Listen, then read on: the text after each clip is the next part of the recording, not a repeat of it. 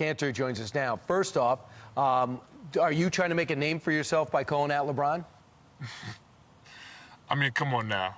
I mean, if you see the things that I talk about, I talk about human rights, I talk about political prisoners, I talk about all the human rights violations that are happening all over the world. It is not named for myself. It is bringing awareness of what's going on over there in the world. So he is lying 100%. What happened when you saw each other behind the scenes? Well, first of all, he's lying about that too, because I actually walked out of tunnel and I stopped to take a picture with a kid, and he was right behind me, and he was the one literally walked right past me and didn't say anything. But hey, I'm always open to talk for sure. Whenever he wants to have a conversation, it's going to be a very uncomfortable conversation for him. But whenever he wants to talk, I'm always here. On LeBron, you remember he called up Daryl Morey, the former GM of the Houston Rockets. Now he's running the 76ers. When Morley went out and tweeted something to support Hong Kongers, right? And they got steamrolled by China. So James blasted back at Morey because they took immediately the NBA TV schedule down. He goes, Morey for messing up the China bag, and said the GM was either misinformed or not really educated on the situation in Hong Kong. So I guess he came out against democracy and for the oppressive regime of China to break a international treaty with the rest of the world, right? The thing is, these athletes or these organizations and these companies, when it comes to, just America, they love to criticize, but what the things that they criticize affects their money or their business or their endorsement deal, they remain silent. This is being very phony. So that's why someone had to call out these organizations, these companies, and these athletes and hold them accountable. So what's different about this in you, Enes, is that when you guys played in the bubble during the pandemic, there was Black Lives Matters all over. The George Floyd thing was raging, and the league got thoroughly behind social justice movements. But you thought about it, and you came out against China and the treatment of Tibet, Hong Kong, Taiwan, and the Uyghurs. Why? Well, I think, 2 years ago when we were in bubble, NBA standing with Black Lives Matter, and it gave me so much hope and motivation. I was like, finally, an organization standing up for something bigger than basketball, right?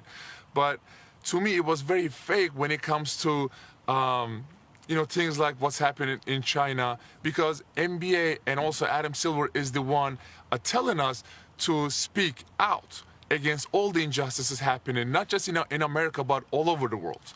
So to me, it was very important. I remember, I will tell you a story. I was doing a basketball camp, and I was taking pictures with the kids, and one of the parents turned around and said, how can you call yourself a human rights activist when your Muslim brothers and sisters are dying in concentration camps in China? You are fake. I turned around to that parent and I said, you know what? You are right. I'm going to, study about it and get back to you. And once I studied, I was very ashamed of myself because I was, I couldn't believe the last, 9-10 years I played in the league, I didn't bring any awareness to this conversation. So I was like, it doesn't matter how this could affect me or anything I'm doing, I'm going to speak out. And, some of the things I talk about, my NBA might not like that, but too bad, because this is bigger than basketball. I want to take a step back. Then I'm going to examine what's happening to the Uyghurs. But for you personally, you've already sacrificed. You've been critical of Erdogan and the oppressive way he treats your country of Turkey. And in turn, he wants to kill you. And he's basically leaving your family under house arrest. They can't communicate with you. If they're caught texting you, they'll go to jail.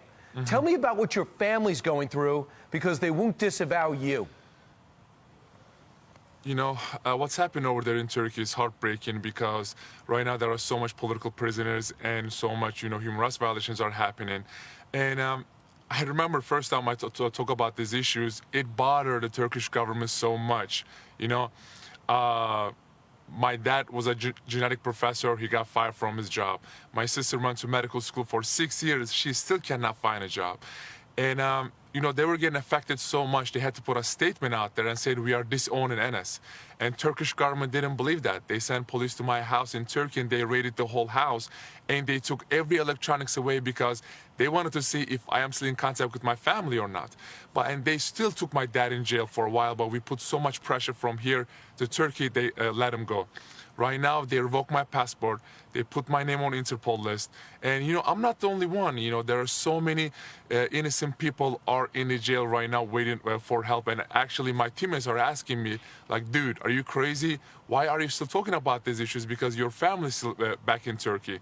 But, you know, I'm always trying to tell them, my family is only one. There are so many people in Turkish jails right now are getting tortured and raped. So I need to be voice of all those innocent people out there who don't have a voice. Yeah, so this is not one off from you. You live this every day. You couldn't travel. I think you were with the Knicks. Exactly. They were going overseas to play, and you couldn't leave the country.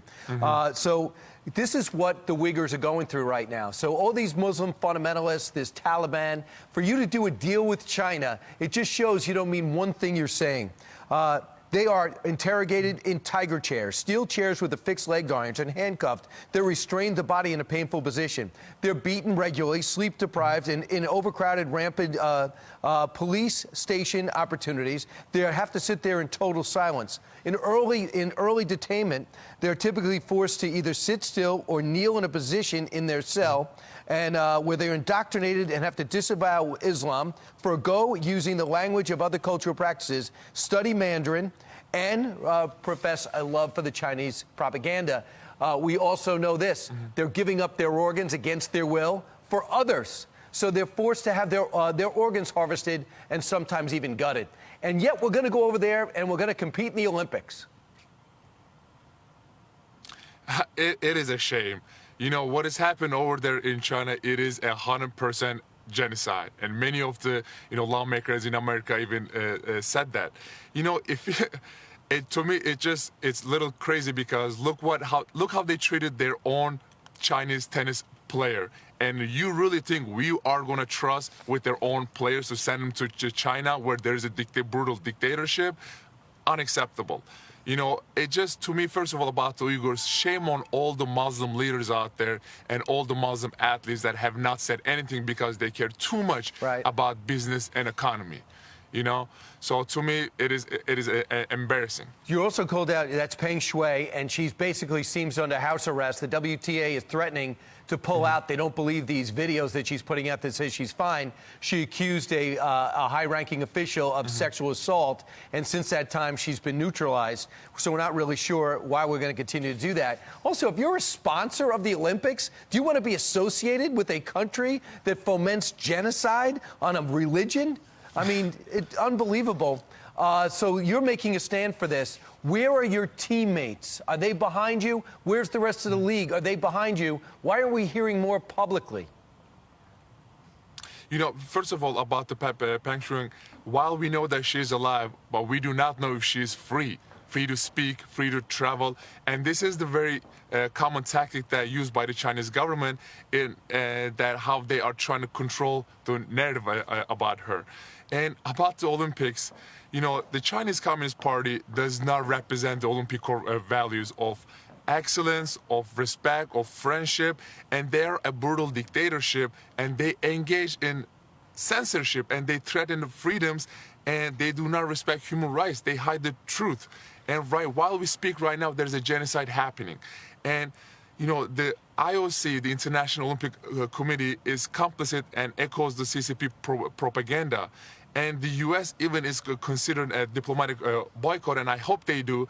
And shame on all these athletes and all these governments and countries out there that have not boycotted yet. So, you know, my one message to all the, you know, athletes out there, all the gold medals in the world, you know, you can win is not more important than, you know, your values, your principles, and your morals.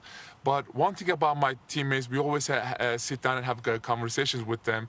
And, you know, obviously, just because of the NBA is obviously pressuring too much, you know, many of them stay You believe the silent, Celtics the players are behind you, Enes, right? But they don't want to do it publicly. The league is behind you, you say, but they don't want to do it publicly. Is there pressure on you not to wear those sneakers? Because the Celtics no longer air in China, costing your team millions of dollars and the league money. Are you getting pressure at all from anybody to somewhat come in line? You know, I talk about Turkey for 10 years. I did not get one phone call. I talk about China one day. My phone was ringing once every 2 hours. I'll tell you a story, actually. It is pretty crazy because first time, our first game in Madison Square Garden, right? I wore those free Tibet shoes. Right before the game, there's two gentlemen from the NBA came up to me and said, "We are begging you, please take those shoes off." And I was like, "Listen, am I breaking any rules?" They said, "No, but we are begging you, take your shoes off." I'm like, I'm getting ready for my citizenship test. And there's 27 amendments, and my first amendment is the greatest amendment, freedom of speech. If I'm not breaking any rules, I'm not taking the shoes off. Sorry, go tell your boss that I'm not gonna take those shoes off.